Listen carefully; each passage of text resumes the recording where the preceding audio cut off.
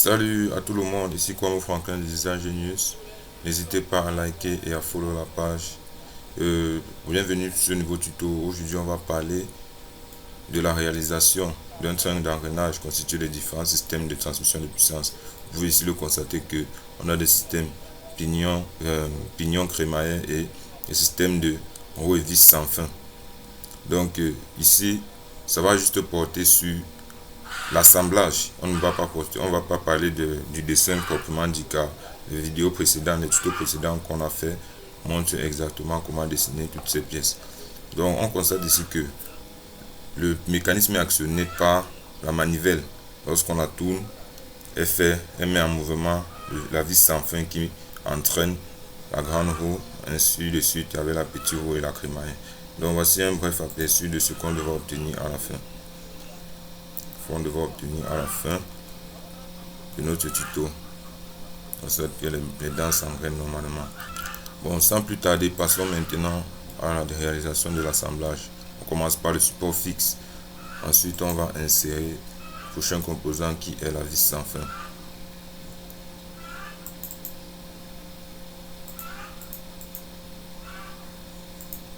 On insère la vis sans fin et ensuite on réalise des contraintes par rapport au bâti. Première contrainte, la contrainte de coaxialité. Contrainte de coaxialité. Ensuite, la deuxième contrainte, la contrainte de coïncidence par rapport au bâti.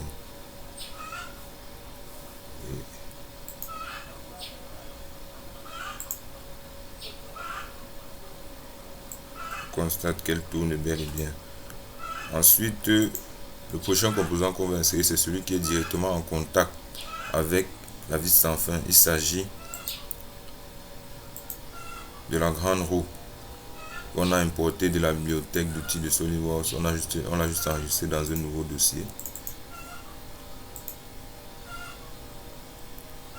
D'abord la contrainte de coaxialité, comme tout à l'heure, avec le bâti.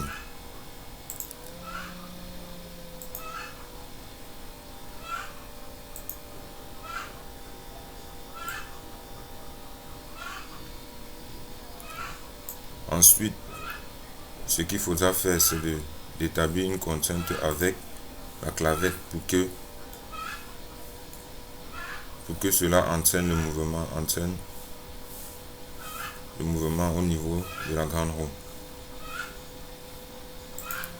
On va choisir une contrainte de parallélisme, comme on voit là.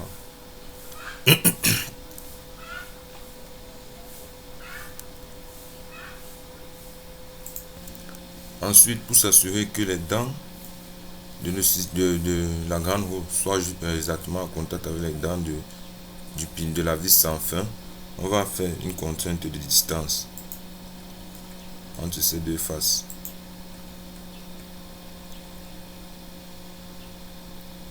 On va fixer la distance à 130. Fixer la distance à 130. On constate bel et bien que ces dents sont en contact. On valide. Et aussi, petite remarque, si on préfère utiliser le système de transmission de roue et vis sans fin par rapport par exemple au système de transmission coulis et courroie, c'est parce que ceux-ci sont moins encombrants et beaucoup moins bruyants. Donc c'est ça la raison.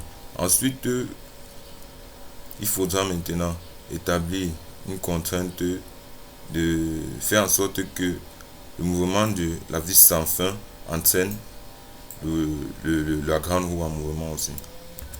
Pour ce faire, on va établir la contrainte entre une contrainte mécanique d'engrenage entre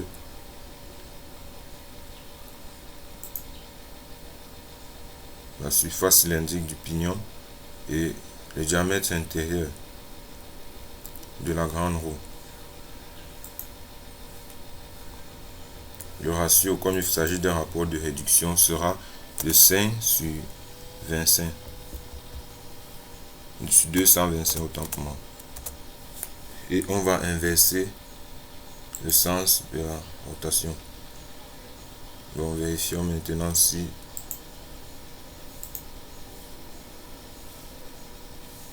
ça s'incorpore comme on veut. Constate bien que la rotation est comme on veut. Donc on valide et on continue. Au préalable, on avait caché les supports fixes et l'arbre pour faciliter le travail. Donc on continue maintenant. La prochaine pièce à assembler est d'abord la clavette de la petite roue.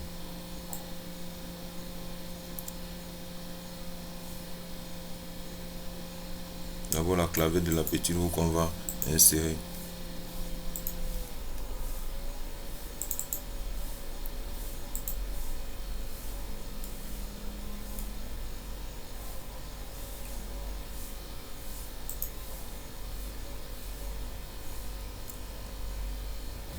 Une fois qu'elle est mise, la prochaine étape consiste à maintenant insérer la petite roue. On a ici appelé, toujours importé de la bibliothèque d'outils de SolidWorks. Comme tout à l'heure, la première contrainte est la contrainte de coaxialité par rapport à l'axe du bâti.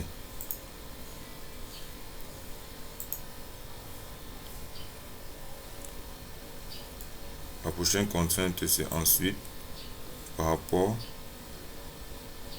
à la clavette pour transmettre le mouvement, pour permettre la transmission du mouvement. Et la contrainte par rapport à la clavette. Le flanc correspondant, on le précise, on choisit une contrainte de parallélisme.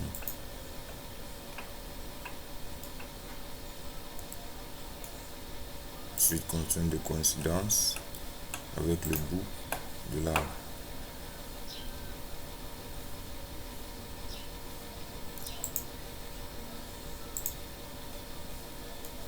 Bon, vous pouvez deviner maintenant, le prochain composant à insérer sera la crémaillère, car c'est elle qui est directement en contact avec le petit pignon.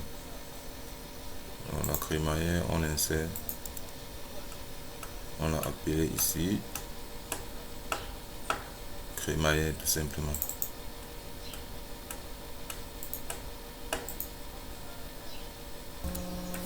Bon, maintenant que la crémaillère est insérée, on va maintenant établir une contrainte mécanique de pignon crémaillère. Pignon crémaillère entre le pignon et la crémaillère. Donc, si on monte au niveau d'ici, on constate qu'il faut d'abord donner quelle est la crémaillère et quel est le pignon. Notre crémaillère ici sera représentée par la ligne directrice à la base de la crémaillère et le pignon sera représenté par le diamètre intérieur de la petite roue.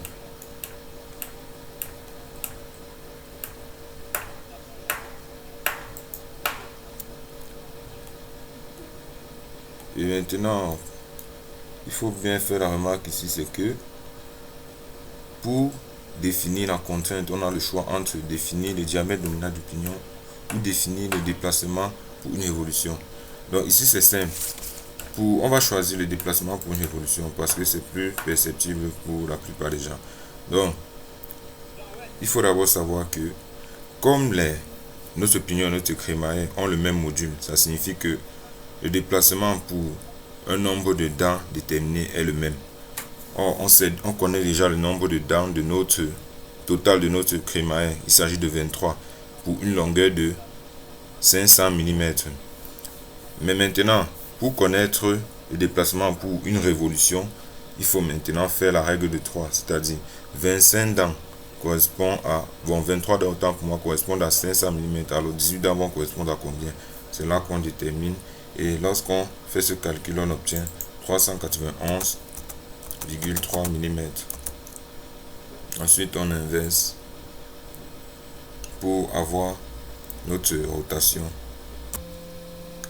Après réalisation de la contrainte, on constate que les dents s'emboîtent parfaitement. Ça signifie que notre calcul était bon. Donc, la prochaine étape maintenant, bon, il s'agit maintenant des facultatifs, c'est de mettre une manivelle. Mettre notre manivelle.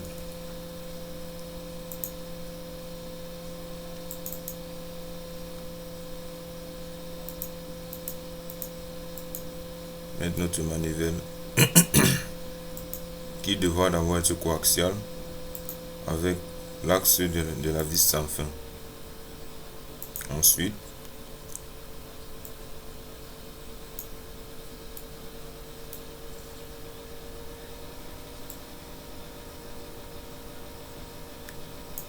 la prochaine contrainte, c'est celle de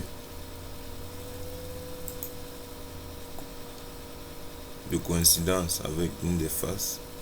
Ce sont les faces pour faire en sorte que bon, de transmettre le mouvement en fait. Ce sont des guides en fait. Et maintenant, passons maintenant à la contrainte de coïncidence entre le bout de la vis sans fin et cette face-ci de la manivelle.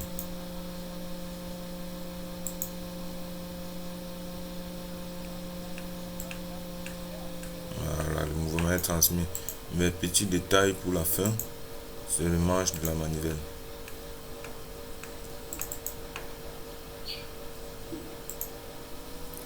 Le manche de la manivelle pourra être inséré à partir d'une contrainte de collinéarité.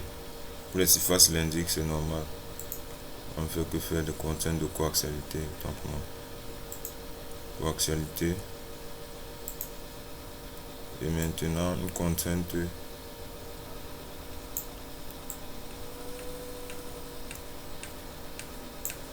coïncidence entre les deux faces.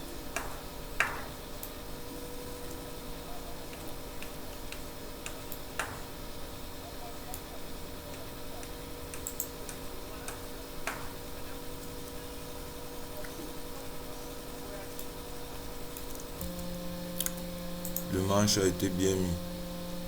Donc, notre pièce est complète maintenant.